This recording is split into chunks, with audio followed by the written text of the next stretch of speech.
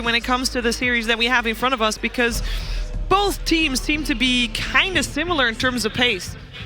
Yep, I think the main thing for OG is they're showing flexibility in their style, where they're not always relying on farming up the lanes, getting 3 cores and going. In the series so far, at least Amar has shown us a different side to him. He's being a little bit more sacrificial, being a bit more involved in the fight, allowing Uragi some time to farm up. And I think that development across the series, which is something that you haven't done in the entire major, that's something that can take your opponent off guard. Yeah, you're never going to prep for Amar to build a Force Staff on offlane DK. And an Aether then second item. Yeah, though. yeah. First item. Oh, yeah, it was Aether, Blink. Rush Ether, yeah, it was insane. Even got Shard before he got Blink, I think, too. That was pretty crazy. Maniac. Yep. Well, our questions are answered in regards to potential changes in draft priority and stuff, because everything is the same. We have the Enigma ban there also to round it out. Means that TSM so far, previous couple games, they went for the Pugna in this pace and this place.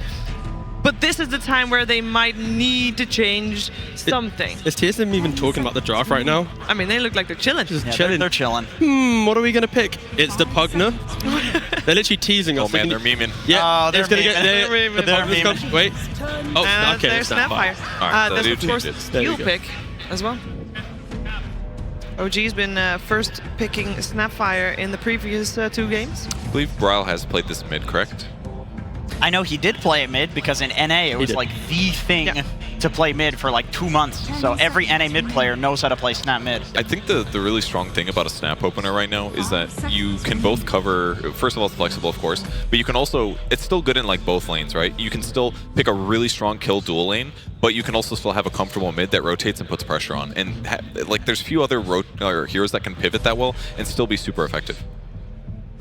I'm trying to think if OG here, it could be like a Pango +1 situation. Because if it is going to be it's like a snap core, you kind of want the Pango core as well, so you can always chase him down in the early points of the game. I mean, you could just Pugna Storm here, you know? I could, feel yeah. like that's, you know it's a debate. Storm. I mean, Do they, Is the Pugna coming? surely, but it seemed like OG thought that the Snap was a counter to the Pugna to a degree, Yeah. and so they're unsure, Yeah. do we pick it? We know we want the Storm. If they pick Pugna, they just pick a really strong dual offlane. They crush whatever carries they are assuming. And if it's a slower carry, then maybe they accomplish their job anyways. All right, maybe they're not going to kill him as well, but then they can outcarry that carry. Why not like Monkey King here? Their second pick, they can flex the Monkey throughout the draft. Then you have double jump for this Snapfire, so when you do throw out that Monomer Kisses, you're able to catch him on the back lane. I must say, I mean, TMS better have a plan for this BZM Storm Spirit, because we did have him lose some games during the group stages, but that was a different OG squad, I feel. This time, how are they going to beat this Storm? Like BZM Storm, come on. Huh. All right, we have completely swapped it, sort of. Anyway, TSM decides to take a page out of OG's book. But the last time TSM took a page out of OG's book, they did just beat OG, right? The Enigma Pango opening, they put them out of the game quite quickly, so yeah, this was their half an hour prep. They just looked at game 3 and was like, oh, we don't have to prep. It's already done here, so let's take that. Here's the question: Does the TSM get an ether lens on their DK?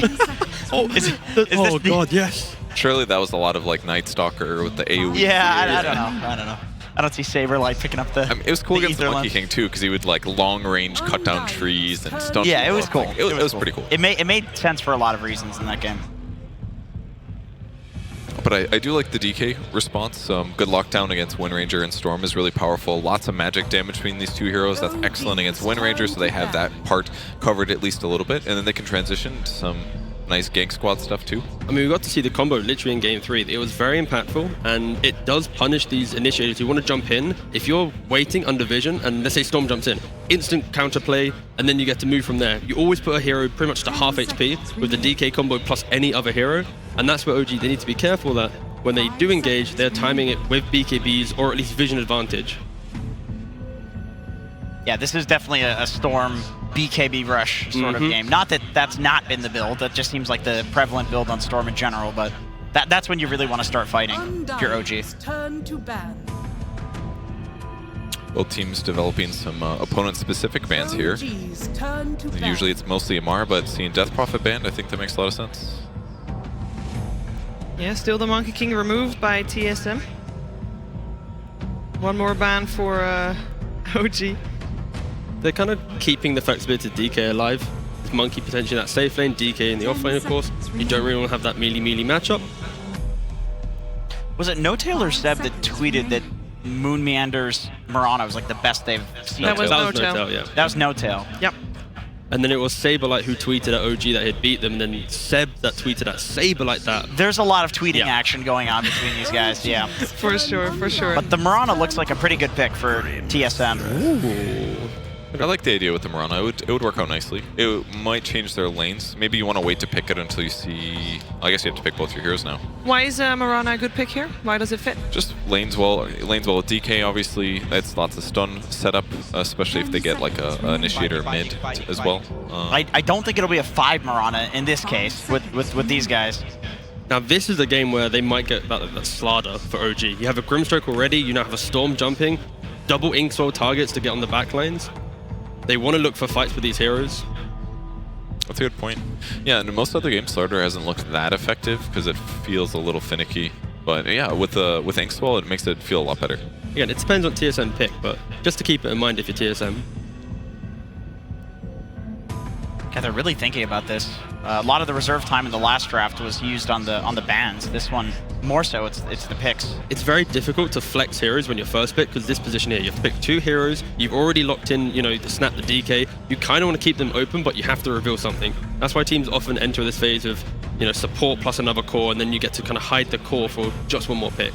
So if you want to make sure that you keep that flex potential alive, you have to kind of pick your 5 in these two. So, for example, Bane is still in the pool. If you guys are talking about Mirana, Bane instantly comes to mind as well, having a good setup. And we know Dubu is superb when it comes to positioning, which is incredibly important on Bane. Yeah, you're right. They could snap mid and then do some Bane Mirana. Like both of these heroes are very flexible, so they have a lot of choices to run through in their heads and, you know, decide what the best option is.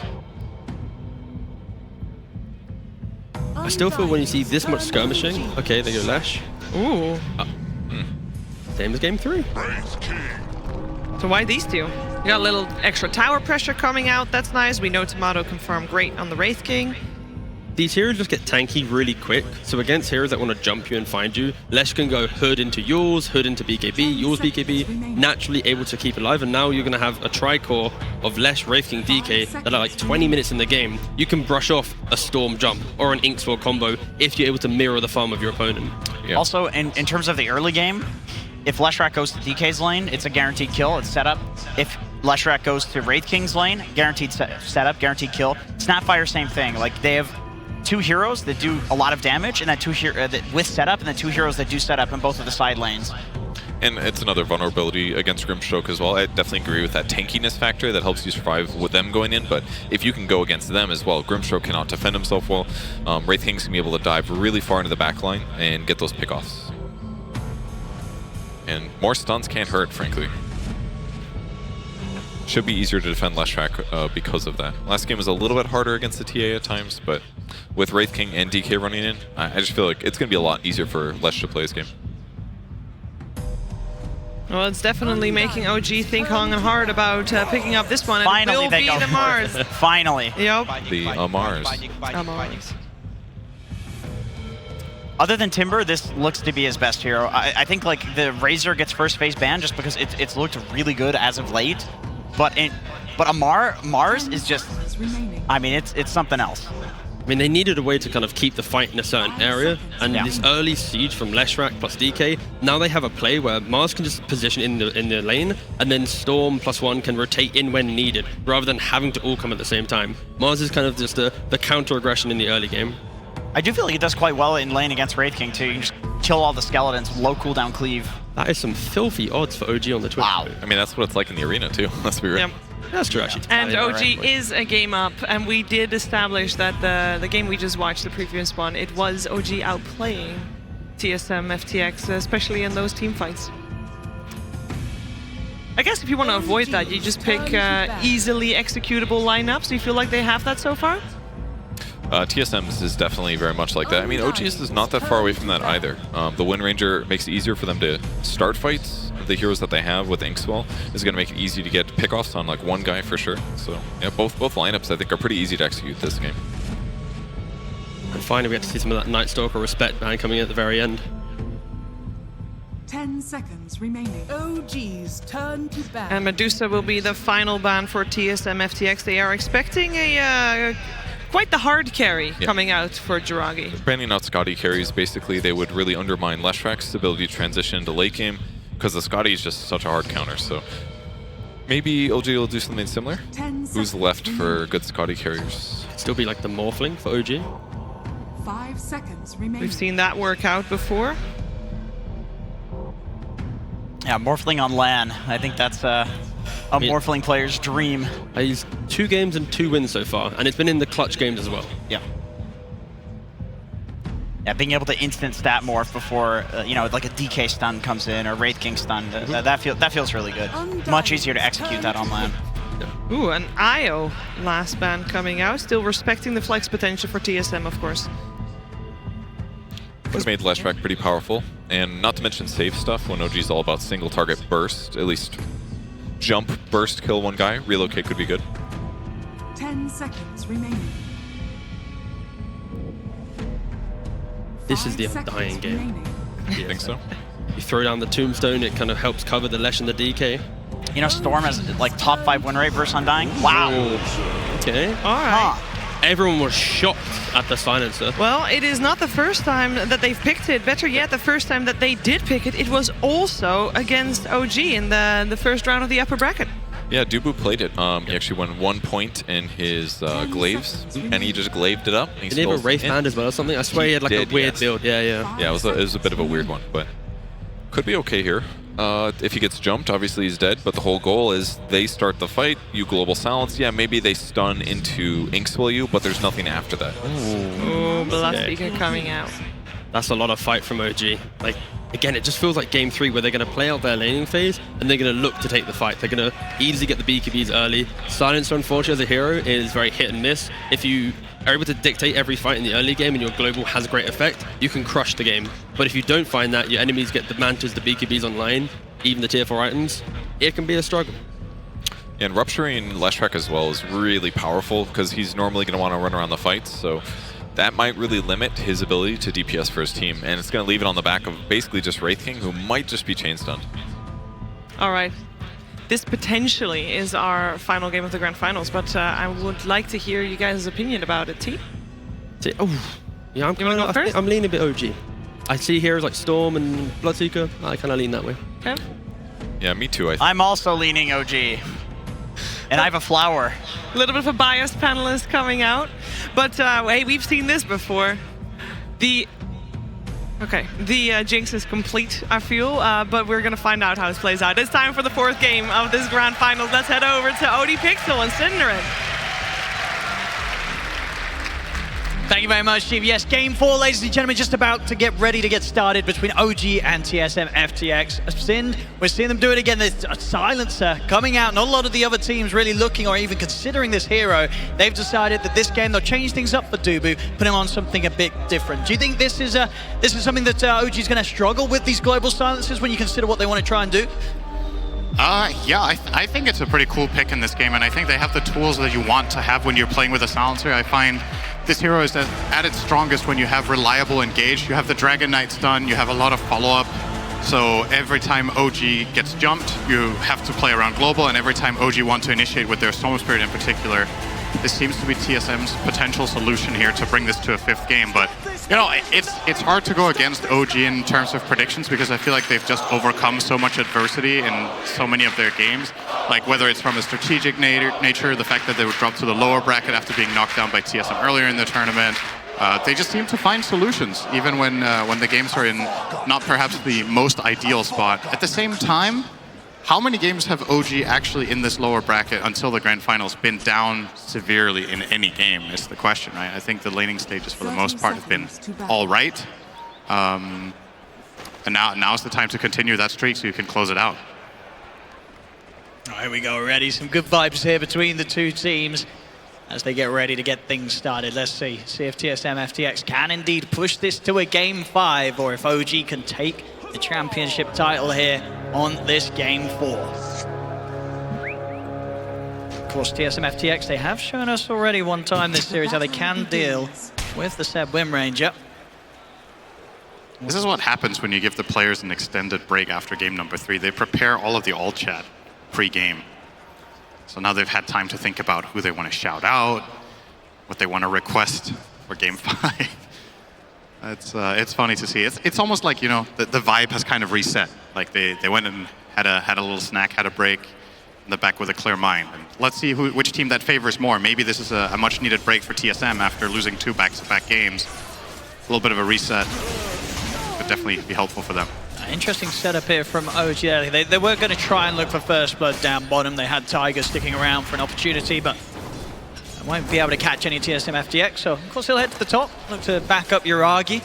And that final pick for OG. And how does sort of the prospects look for a carry Bloodseeker in this sort of match? Will there be a lot of opportunities for him to run freely around the fight and cause chaos? I think it's the least obvious pick that OG went for me. I guess the logic here is that they're trying to, you know, they have some decent synergies with Arena into Bloodright. They have Shackle Shot into Bloodright, and obviously Storm Spirit pull into Bloodright, so the Bloodright synergies are there. But a lot of the times when I look at Bloodseeker, I look at playing it with a lineup that has a lot of reliable spread damage, so that you ramp up that thirst and you can start running over fights. And you don't have any of the really traditional Bloodseeker pairings in that sense. So maybe they still feel like the fights are going to be tooth and nail, and they're going to do enough for him to snowball it out. I will say he's not necessarily playing against the best core matchups, right? Both Dragon Knight and Wraith King are heroes that can kind of stand their ground when they get ruptured and aren't dependent on moving a lot. But against the Leshrac, I think the rupture could definitely come in handy. We're going to see them try and make a bit of a move here with the Inkswell. Bloodright won't quite clip the 2 of them. Saberlight Moon able to step out to the side. And looking at things down on the bottom, of course, as I said, you know, Silencer, not a hero that we're seeing that much at all. How much can Dubu do down here in the lane to keep Tomatoes farming safe? Not that much, I think. I think both laners are going to farm. Amar and Tomato should both have a pretty good time here. It's similar. The Windranger Mars lane can kill with level 3, I think, potentially, especially on Dubu if they find a Shackle Shot, in which they can then combine into a Spear. But yeah, TSM's lane's offensive potential is very limited. And they didn't pick Silencer for the laning at all. Like, I think they identified that they could handle it, and that's always going to be the trade-off with Silencer. He's not one of the strongest laners. Oh, there's the exact play we talked about. Nice counter, though, from Tomato. Yeah, immediate stun there onto Amar to make sure that he can't follow up with any sort of spear potential. So good save from him. Top lane again. Trying to get aggressive onto the TK, but at this point, Saberlight, there's not too much vulnerability to the burst.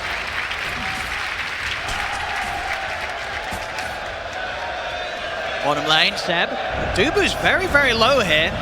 I'm sort of baiting Seb to hunt around the tree line for him. He'll turn with the curse. Seb is going to take quite a bit of damage from this one.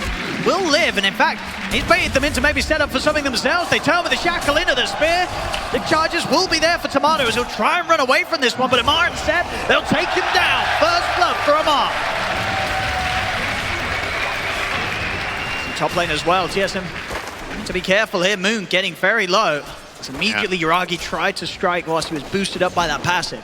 Exactly. They're putting so much pressure in the bottom lane that it's helping their safe lane quite a bit. So Amar and Seb very useful for Yuragi's game, even though they're on direct opposite sides of the map. And you see this weakness of Silencer in a situation like that, right? Like, you've used your spells, the enemy team outlives them, and they start trading, and you don't have much left in the tank. You don't have a low cooldown spell that you can throw out again. Really get it done. Okay, Saberlight is trying to take down Tiger. But not enough damage on his own, and now Yuragi might have the chance to chase him out. Saberlight getting low, cooking from Moon, holds back the Bloodseeker. Yeah, Run another Bloodright. Saberlight. Oh, he's going to get caught by it. Yuragi takes him down on the top. 2-0 already. OG starting to pick up the kills in these lanes. How was that enough damage? I really didn't think that was going to kill him. That must have been on the edge for how much health he had. It's 120 damage level 1. Yeah, sure. I wonder if we can get on the replay the HP that he had, because it must have been... That's really close, I promise. Not always, indeed, you see that level 1 Bloodright getting the kill. You see it again here on the replay, how close it was. So he's up to 90. He's he must quite a lot. pick up very close. Oh, it's so close. Oh! Literally on I mean, yes, it's 120 pure damage, ladies and gentlemen. It was literally the same amount of damage as HP that he had. Oh my goodness, no wonder it looked as close as it did. My lord. Oh, poor old I didn't think it was that close. No, it really was. Right, back down bottom, Seb. See if we can get away from this one. The Skeletons, they're going for it, but Wimrun's going to be back up in a second. Oh, he's away. Just in time as well. That second Skeleton about to get a hit in. Moon Meander. BZM's on his tail. Can't continue though, or he would die to Bryle. Oh, never mind. He's gonna go for it. I mean, he has Tiger to help out. They take down Moon. Nicely done. So he baits Bryle to chase him to the right first, and then he can go and finalize this kill without putting himself at risk of getting followed up on by Lesh. So wisely done there by BZM. 3 kills already here for OG. Need to get a bit of a lead in the lanes.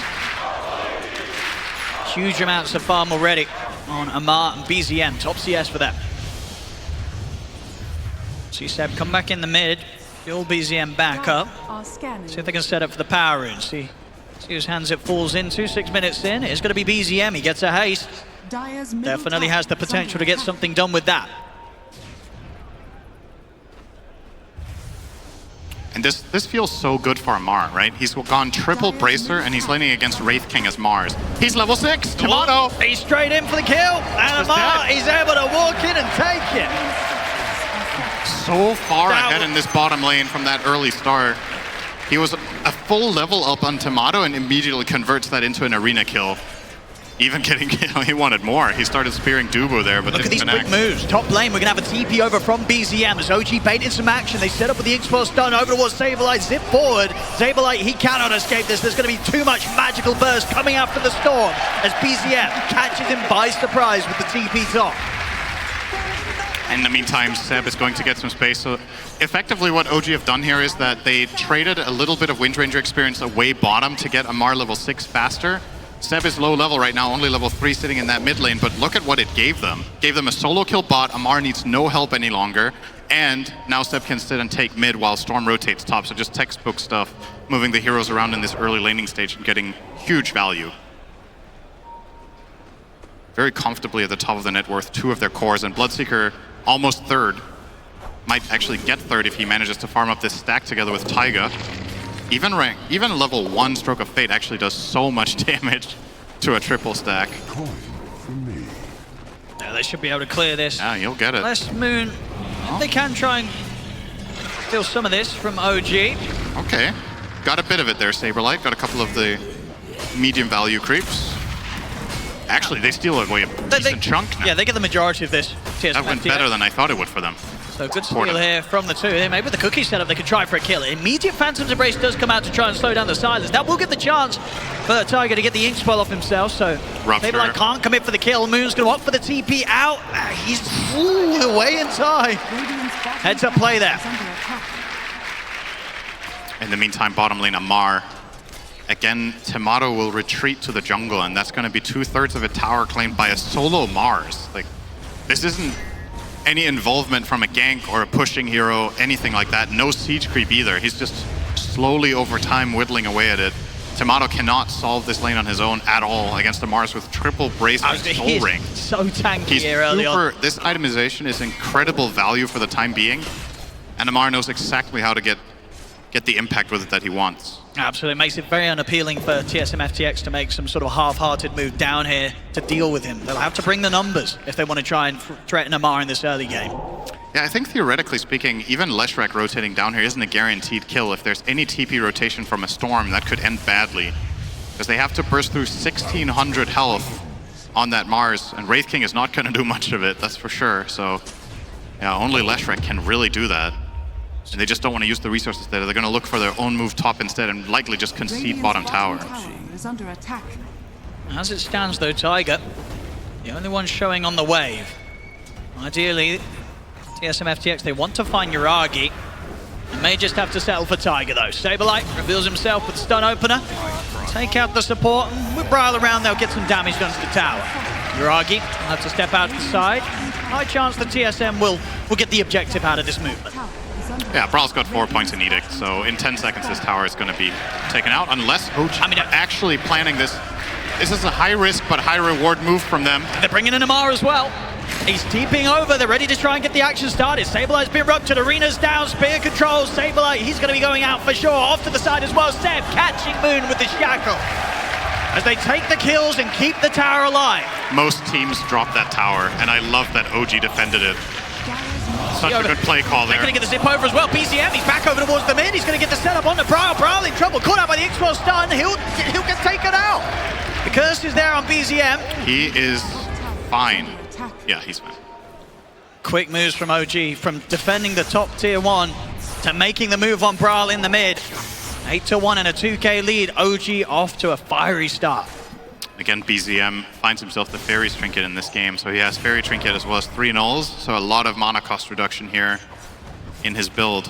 Just converts to so much damage, and it puts even more pressure onto Dubu as well as the Dragon Knight. I think these 2 heroes together are their key to unlocking a solution to the Storm, but with the disadvantage they're under already, it's going to be a little bit tricky for TSM to find the kind of fights that they want. They need time to build up Tomato. I think this is his hardest start that he's had. He's still top net worth in his team, but it's just going to take that extra bit longer this game. 11-minute armlet phase is not bad at all, but it's not what we've seen from him in general. As you can see, just slightly slower than the average that we've been getting, just to show how much of a rougher time he did have with the way that Amar was able to just take over that bottom lane. Getting that early kill, that solo kill on Tomato as well, being the huge reason for the slowdown.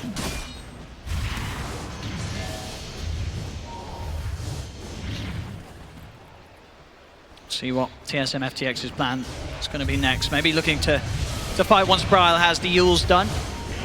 It's going to be important, and trying to do their best to use that global silence from Dubu to give them the opportunities to catch some of these heroes before the BKBs are done, because of course OG, their cause, they are going to be rushing the BKBs straight away. Both Amar and BZM making their way towards them. And at this pace, they're going to hit good timing on the item pickup. Yeah, this TSM's lineup doesn't have damage against BKBs. They just don't, right? Like, Wraith King needs more items in order to get there. He's working on a Desolator for now on Tomato. Leshrek, you've got a little bit of pure damage from Edict. That's pretty much it, right? So during BKBs, I think TSM just are unable to kill enemy cores, and OG know this and are just itemizing for that timing. Global Silence to save Saberlight. Is it going to last long enough? Ooh. It is indeed just long enough there to make sure he's out before a spear comes out from Amar. Saberlight will live thanks to Dubu. What's that long cooldown though? Couple of minutes, no global. Highly likely that OG may be able to set up and look for another attempt at a kill whilst it's on cooldown. At least TSM FTX have to be careful how they go over to their half of the map. Moon tries for a TP out, but Amar ready and waiting with a spear. See in the mid as well. They're going to make quick moves over towards Tomato. He's shown himself in the mid. They'll take him out the once. See if they can set up to do it a second time. Silence does kick in on towards the Storm. Shackle will buy a little bit of time for them to close in. Zip forward. BZM closes the gap. The arena's down. They'll trap Tomato. Tomato will fall. It is huge for OG to know that Global Silence is on cooldown. Like, even though they do save the Dragon Knight top, it just opens up for this mid move. They can play with so much initiative. There's effectively, you almost want to say there's a dead support, right? Because with Silencer without Global at this point in time, level 6, he doesn't offer very much against OG's heroes when they get the initiation.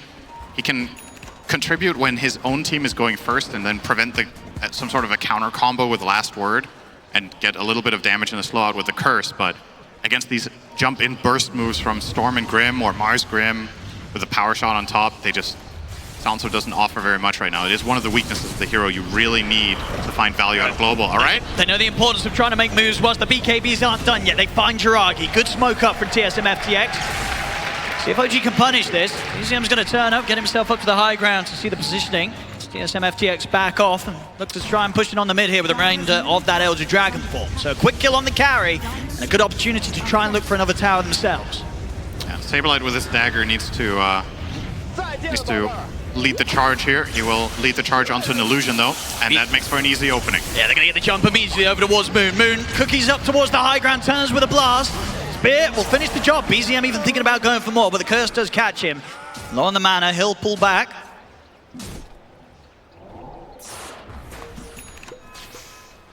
As the Yule's done now for Bryle, so a bit better chance with the setup.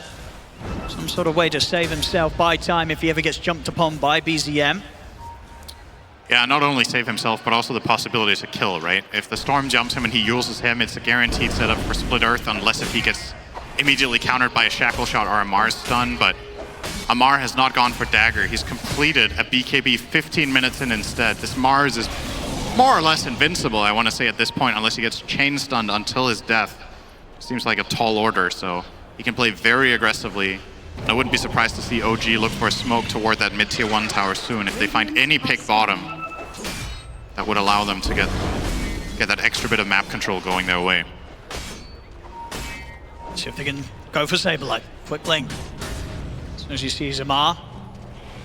Definitely the struggle for TSM FTX in these team fights will be that, you know, if they just started off getting 1 kill inside the arena, they've got so much chase. When you consider, you know, BZM, Yuragi, Seb running down heroes. As soon as a team fight starts to go downhill for TSM FTX, it's highly likely that they're going to lose hero after hero from the chase down of OG. Yeah, you can't fall behind against this lineup in a fight. It's just not going to end well. That's definitely a synergy that Storm and Bloodseeker do have, for sure. I'm sure BZM would have loved that rune, but unfortunately he was all the way back in base with no mana, so Regent's is going to be grabbed by Yuragi. Look at the smoke here from OG. They're ready to look for some action. Saberlight is going to try and stand his ground. It turns with the Elder Dragon form and a stone. Amar finding the angle to get the spear over towards the tree. Brawl turns with a split up, but he's not able to catch Amar. Saberlight goes down, and Amar has got the arena. He's going to try and see if he can maybe get in range to set up for more. With Arena and BKB, he's still very much fight ready. Under the trees, under the tier 1 tower, they'll stay hidden in the fog. Amar won't quite be able to find them. TSM FTX indeed having to just play so careful here, really respecting the fact that Amar, he'll absolutely just charge in, drop an arena, and trap any of these heroes that present themselves. I think they're just going to continue to push this mid-tier 1 now, all right? Brawl will evade the spear, so maybe OG, they're thinking twice about it. They don't have to commit either. They do have the Storm and Bloodseeker both farming jungle while they're keeping TSM on their toes around that mid-tier 1, so nothing much going to come from this from OG except just, you know, more map efficiency. They're just getting more gold in the meantime because TSM don't know how many heroes they need to defend with. Effectively, OG just bullying them here with 3, with Amar standing in front. This almost impenetrable wall. They're going to try to force his BKB here. Let's see what they can do. They get the stun to open things up into the Ray 5 blast as well. Amar getting low, but now the ink swells out. The arena's down. He pops the BKB to remove the silence. Spear back onto Braille. They take out the Lesh. Kamado also trapped in the arena. He's trying to run, but Yuragi's going to sweep him from the side, get on top of the Wraith King, take it down the one. Saberlight's been ruptured. He's got to hold back. Kamado is going to try with the second light to fight, but BZM's in with the BKB. The Vortex pull back. Kamado taken out a second time. Double kill for Tiger. Moon, he has to come to an end with the kisses. He's got to try to escape with the pig pole, but he cannot run from this lineup. OG, they take out the 3 of them. And they're going to take the mid tower now as well. There's just no way TSM defend this. What an amazing play there from Amar. Not only does he, you know, he baits them to go on him, but he holds the BKB until he gets global. He arenas them, doesn't BKB. The moment global comes out, BKBs gets a 2-man spear. You're going to see the replay of it here, just perfect. And I think TSM maybe a little bit naive here. I think you need more heroes if you want to get this kill. You're not going to kill this with just 2 cores. There's that global into immediate BKB soloing the Lash more or less effectively. Yeah, good bit of heal and protection coming out as well from Tiger. He has the shard done. And yeah, Saberlight that whole fight unable to get involved as he was held back on the side. With these BKB timings, just not a lot that they can do outside of Tomato trying to get the hits in. And Tomato himself, of course, at this stage, no BKB done for himself, getting completely controlled by OG.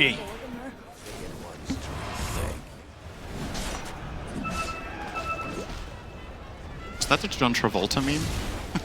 Almost. Huh?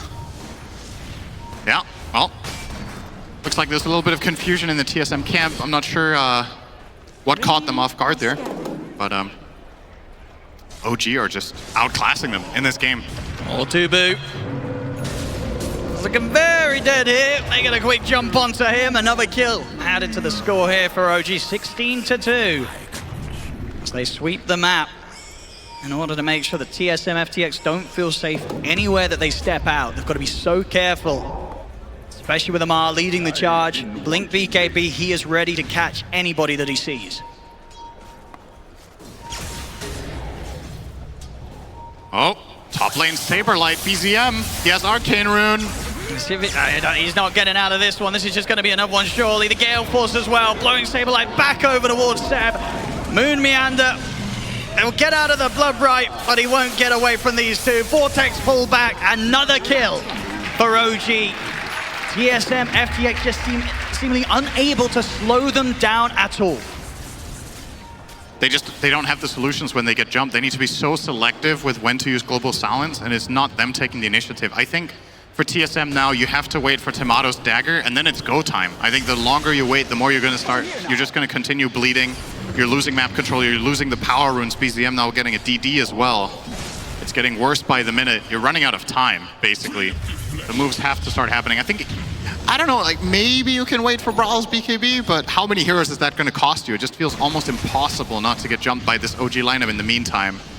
And even if you do farm that item and mitigate your losses, you're still losing on just raw economy from waves being farmed. And so much of this comes down to Amar's Mars being able to just box out heroes, right? Like wherever he goes, how many resources are you going to bring? He's effectively playing Mars like Timbersaw this game. You know, goes to a lane, like come at me guys. They're going to have to use so much. I mean, look at this. The comparison between the two offlaners is quite the world of difference. He's having a perfect game here, Amar. 5-0-6. Insane amounts of CS as well, way over the 10 per minute. This is a very, very scary Mars, and they have so much damage to follow up on it as well. We see as well this game, BZM picking up the early shard. So there's an extra bit of burst from the overloads that he's going to be able to provide his teammates. It means that anybody caught will die in an instant. Still at a stage of a game where there's no BKBs up for TSM FTX at all. You get jumped, you will die. Yeah, pretty much. The Global Silence has... I'm not going to say it's run its course, because it can still have a major impact, but I think TSM were planning on more than 2 kills in 22 minutes with this lineup, so...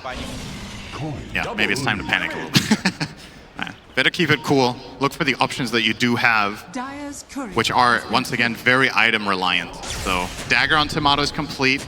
Leshrac BKB, 700 gold away for Bryle. I think TSM at that point are going to go for what, from our perspective, almost looks like a Hail Mary. I wonder if Moon they feel the same way. Moon is toast. Yeah, tries to get out in the trees, but Amar, that was exactly where he's trying to play out of there with. As he goes down, and now over towards the Roche. OG, no. There's very little that TSM FTX can do to stop them from getting this Aegis into the hands of almost certainly BZM.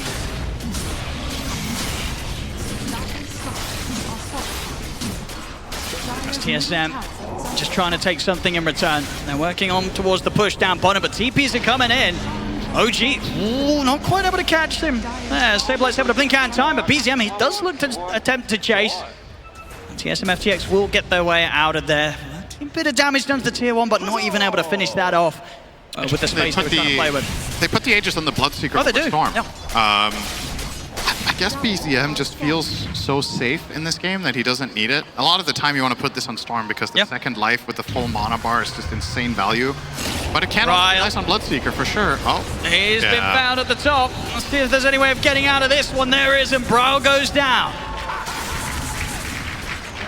Finally getting his BKB now that he's back in the base. Over in the mid, Amar, they just make it play so quickly here. He's going to look for the spear setup. Tomato does have backup of Moon. Any way they can save Tomato. Seb's coming in from the side as well. Gale Force making sure that Tomato, he cannot run back towards the safety of the rest of his teammates. They'll try and run off to the side, but BZM's going to be there ready and waiting for him. They take him down the one. Samar in position to set up for a second time. Tomato, he's dead for sure. Just an absolute masterclass by OG in this game of what you can do with an advantage when you have the right heroes in the right place, you know? You're playing against a lineup that theoretically does have quite a lot of play potential, right? Dragon Tail, you have Wraithfire Blast, you have Leshrac and Snapfire with the long-range artillery, high damage, and Global Silence roll-up, but it's OG just completely oppressing them out of their side of the map. Aggressive warding, just quick moves, and taking all of the initiative. And it feels bad for Dubu. It's very, very hard to play Silencer like this. If your team is this far behind and you're not making moves, you're like, your finger is on Global Silence all the time, but you're like, is this the right moment? Should I save it? Is there going to be, am I going to regret this if I cast it immediately when one of my cores gets jumped? And he has been holding it for quite a while, but we're still missing that move from TSM where they're showing that they're, you know, going to try to find a way back into the game.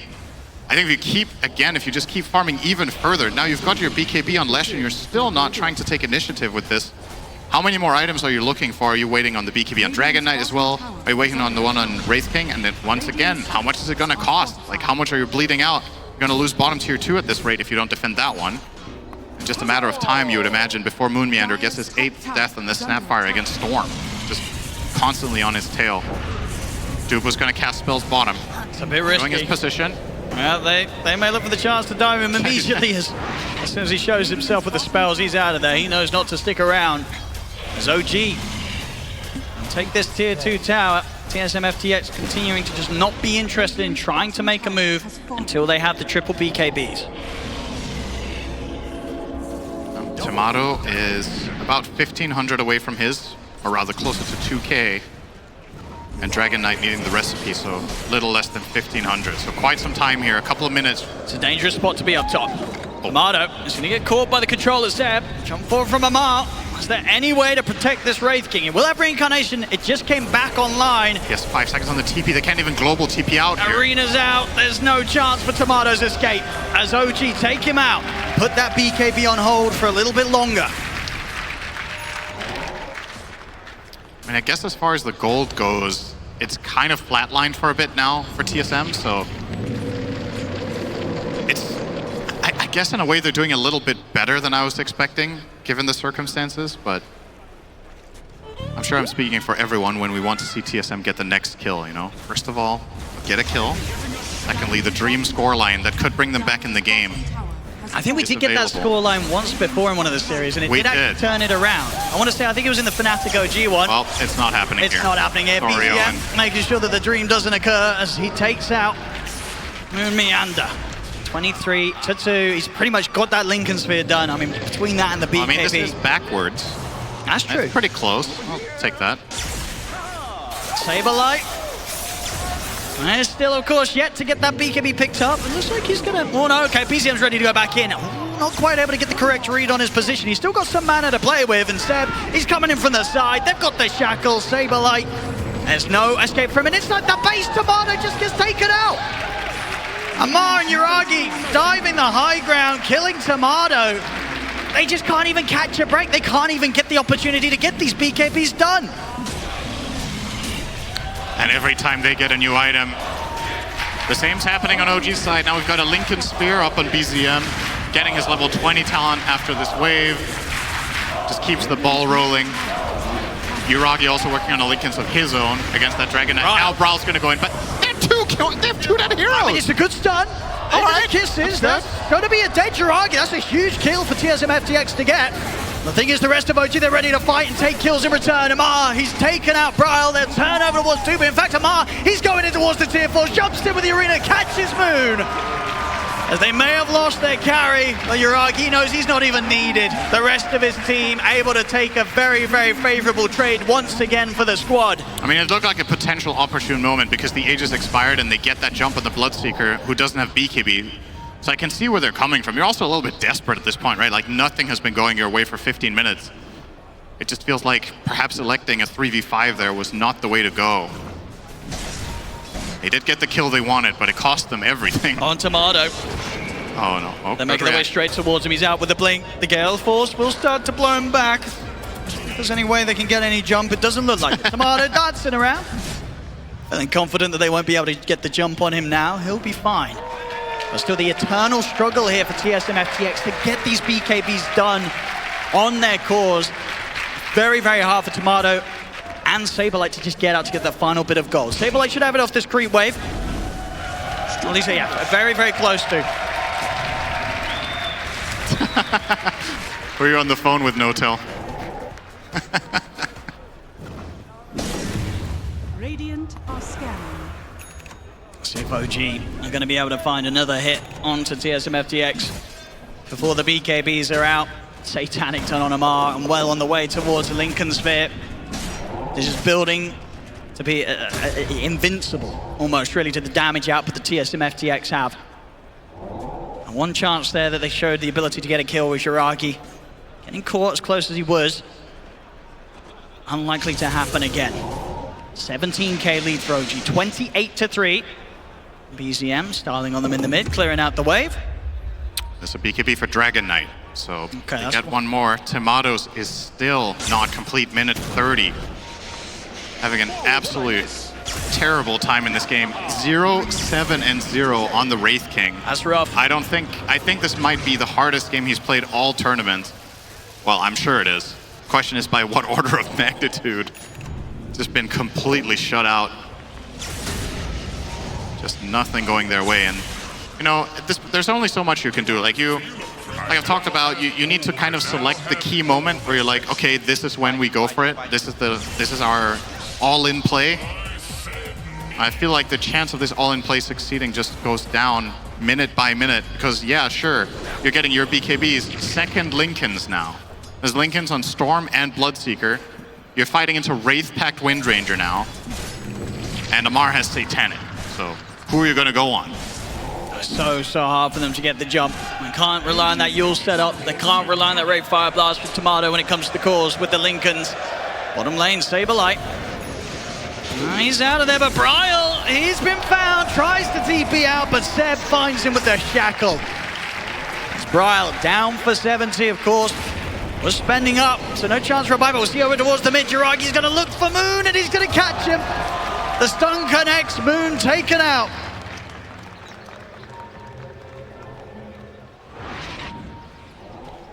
(30-3). We've seen quite the difference in the score lines during this major and some beatdowns, a lot of them done by the hands of OG. This one, when it comes to the kills, pretty much dwarfing them all. 30-3, a huge lead on the kills and the goal close by as well. 20k advantage for OG.